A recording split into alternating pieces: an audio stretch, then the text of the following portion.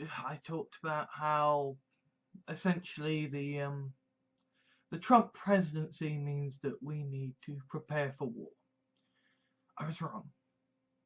It means we are at war. There may not be guns and bullets and bombs being used yet. But this is a war. This is a culture war. This is an ideological war. Trump has gotten into power, the Grand Führer, the great God King, and he is backpedaling like fucking Billio. He doesn't want to be the great fucking Führer. He knows how that story ends. He knows that the Nazis lose and that they die and that there is no fucking victory for them. He knows that. He's not a complete fucking buffoon. He will play up the racism to get into power, but now that he is in power, suddenly all of that racism is only biting him in the ass, so he's quietly sweeping it under the rug. Hey, deporting Muslims, yeah, get rid of that. Yeah, backpedal on the wall. Now it's your turn to be disappointed, alt-right fuckers.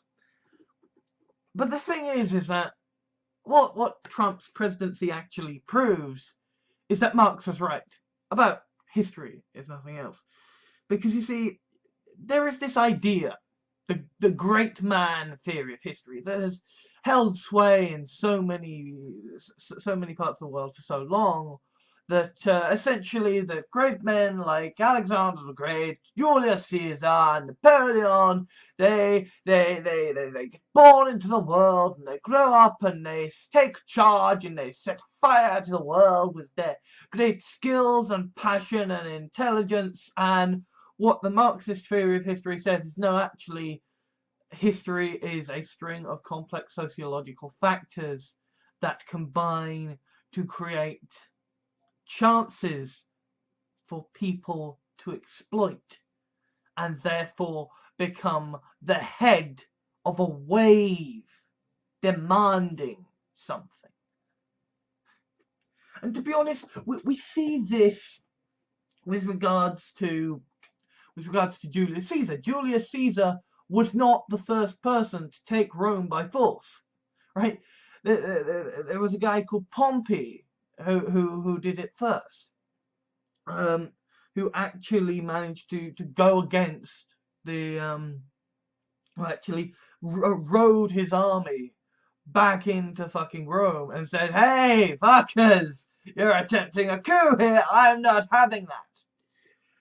And therefore laid the groundwork for, hey, if you want to take charge, you bring in the army to your own fucking capital. And at the time that Julius Caesar, the great man of history, was making his ascension, essentially the Great Republic had become decadent and corrupt, well, more corrupt than usual, and the people were sick of it, right? They wanted someone who would fucking look out for them and wasn't just going to be a bloody spineless, greedy fucker. So when Julius Caesar comes along and he's like, hey, I will fucking treat you right, just put me into fucking office, they stand behind him because the fucker's going to look after them. And, you know, same with Napoleon, right? Napoleon comes to power because of a whole complex string of sociological and economic factors that essentially mean there are a whole load of people who are angry and upset and they don't fucking know what to do, right? Like, in some ways, they want the monarchy back, but they also hate the monarchy, right? They want, you know, truth and liberty and justice, but also at the same time, there's a lot of people who are like, this is madness. Can we please have our old stable system that worked back? So then Napoleon comes along and he's like, hello, I'm not the monarchy, but I can also be your monarchy-like figure to give you the stability you want and continue doing a lot of the liberal stuff that you like. And of course, it was enforced with, various different things, but these people come to power through complex factors. And so, it was Hitler, right? Hitler was a fucking nutbag, and he came to power because the events of the First World War made it so that someone like Hitler, swelling up the population of Germany into demanding a chance to take back their once former greatness from essentially being shafted at the end of the First World War, that was kind of inevitable. If it wasn't going to be Hitler, it would have been someone else. And so we have it with Trump. And in this case, what we actually have is something even stranger. Because in this case, Trump, the great man of history, is saying, nah, fuck that. I just want to be another Republican presidential candidate. And yeah, fuck all these things that I said because I just fucking want to be president. Fuck you. And his supporters, meanwhile, are like, yeah, we've got a Führer! And they're going around, they're starting a war, they're beating the ever-loving shit out of the vulnerable. And they fucking tried a trick shot last night against me, right? Because right now, I'm wise to their strategies, more or less. I don't care about them anymore, personally, right? Like, I have shit to fucking do. I am not gonna sit around fucking pandering to a bunch of cunts who hate me. So what do they do? What do they do, right? These people who have sent me spiders in the fucking post, who have sent me Qurans and nappies, who have written fanfics about fucking my sister to get at me. What do? They decide to offend a trans person that I don't even consider myself worthy of knowing, on the understanding and knowledge that, of course, I'm not just gonna block her if she's been upset, right? They can't get to me, but they can get to a trans person who relies on the internet and the strangers of the masses for her validation. And so they get to her, she gets to me, and I have to go give them exactly what they fucking want, which means that it's going to happen again, and it's going to be worse. It's the war. It's the war, and even me, Mr. fucking cis white male English dude in fucking Blighty, I'm not safe. Because this isn't about Trump. And this was never about Trump. What this is about sick, slimy, disgusting haters who think that they can win. Who think that now is their time to shine, that after Brexit and Trump, that they are glorious and mighty and they shall never be defeated. Well, I have news for you. You lose this war. You always lose this war. Because we're slow to mobilise and we're a bit namby-pamby about, well, we can't fire the first shot. Pacifism. But you're hurting our friends and our family. You're in our streets. You're intimidating our friends. You are beating people up. You are allied with the fucking police. You are showing yourselves to be bigger tyrants than Trump would ever be. You are showing yourselves to be the brown shirts of a new Fourth Reich when your Grand Führer isn't fucking interested in the idea.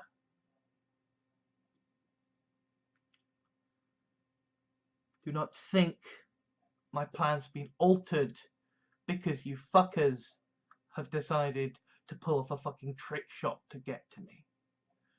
Do not think that this means that it's at an end, that I'm gonna try and hide away, because I can't now, can I? Because if I become a hermit, if I cut off the internet entirely, all I'm doing is saying, hey, alt-right fuckers, make up whatever shit you like about me and stand unopposed. That ain't gonna happen. I know what the next move is now. The next move is that you try to hack into Google. That you try to hack into the things that I use to send these videos out. Because you're obsessed with me. Because you have a fucking problem. Now, last night I made a statement. I made a message. I did a sort of calculated risk. It was a bit of a bluff, but it was also true. I dared my stalkers, who I knew were watching, to come find me, come stab me, and to take me out. They didn't, because they aren't that fucking stupid. Because they're cowards. Because these are individuals who, for all their talk about being the fucking alphas, are terrified of the state. Are terrified of being caught. See, I admit to my sins. I admit to the stuff that I have done wrong. I make a whole fucking, tentpole season of, hey, I'm a fucking arsehole when I fuck up. These fuckers, they stick to their shadows and they are terrified of the light.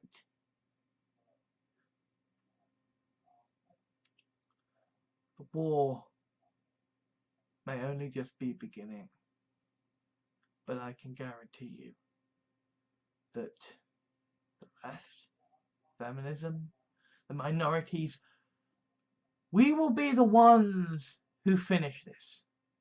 We will be the ones who win this war.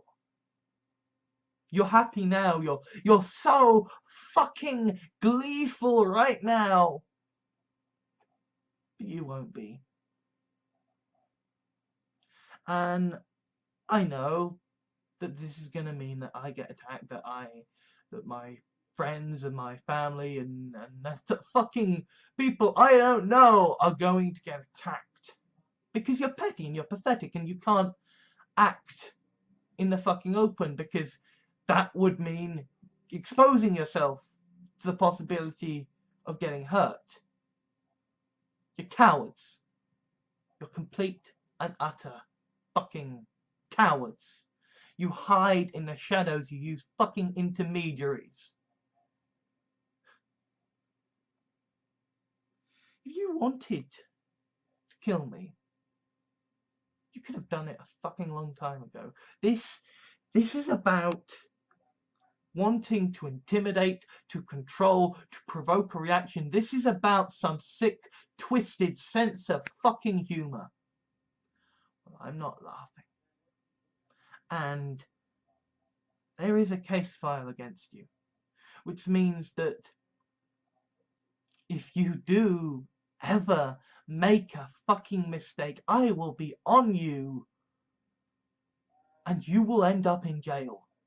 And you know what happens in jail? You know this thing, this great and terrible problem about the prison system? They get raped in jail. They get fucking raped right in the arsehole without lube. And you know what's even worse? You know what the new currency is in fucking prison now? Pasta. The new currency in prison is food, because they don't get that much to eat. So good luck making your fucking swole gains when you are when you are taking it up the arse for a little bit of extra pasta because you're fucking starving. Of course, you could just never expose yourself, in which case I never have anything to fear from you. Because last night you didn't get to me. You hurt a trans person. Clap, clap. Well done. You succeeded in hurting a vulnerable individual. Aren't you so fucking tall and mighty? But you will lose this. You will all lose this. Your movement will lose this. And next week, I am going to begin my videos that will bring you down. That will talk about the alt-right, that will explain why your beliefs are full of shit. And we are going to do this together. All of us on the left are going to defeat this campaign of hatred being perpetrated by a few fucking mad idiots.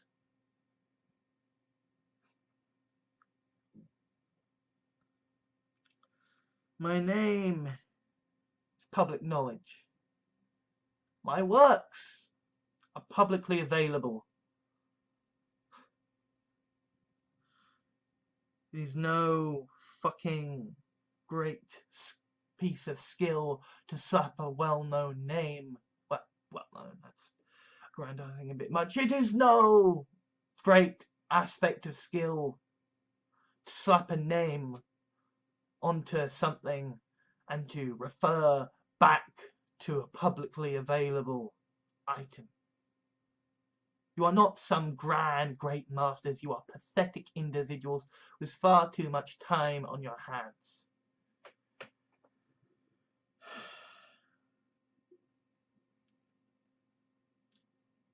Tell you what though, views are doing bloody brilliantly at the moment. You always fail. You will fail yet again. Goodbye. Thank you to all my Patreons at patreon.com for helping to make videos like this possible. If you wish to leave a like or dislike to rate the video for my analytics, that would be much appreciated. Comments are always welcome, though be aware that they will be moderated before being published, so please be civil. If you liked this video, please consider adding it to your favourites, sharing it to your friends, or subscribing. If you wish to help me out, or my channels, please consider whitelisting my videos in your adblock software, subscribing for monthly donations through Patreon, or giving a small one-off donation. Alternatively, I have a Steam wishlist for games I would consider let's playing or streaming, so if you would like to see me broken before the Dark Souls altar, or just happen to have gotten a duplicate of a game in a humble bundle, then you know what to do. I also have an official Facebook fan page, Twitter account, Tumblr, Reddit and blog, so you can stay up to date with all of my videos, blog articles and the things I care about. Links are in the video description. Thank you for taking the time to watch this video. I think that all that now needs to be said is ban all guns, institute universal basic income now, and ensure government is elected by proportional representation. Oh, and also, fuck the racists and fuck the alt-right.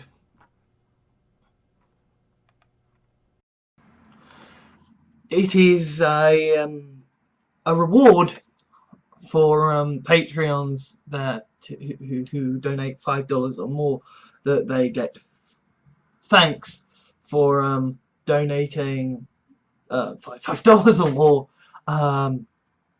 to my Patreon, and I haven't been doing that because I'm sort of shit at things, and so I am going to be thanking all the people who have donated $5 or more basically for all time so far, and this is going to be re-recorded every time someone else donates $5 more in future. So anyway, without further ado, here we go. Thank you to Michael Hamilton Fletcher, who donated on September the 13th, 2015. And thank you to Marcus Anthony Infante, who pledged $5 on September the 3rd, 2016. And thank you to Henry Wotton, who pledged $5 on September the 8th, 2016.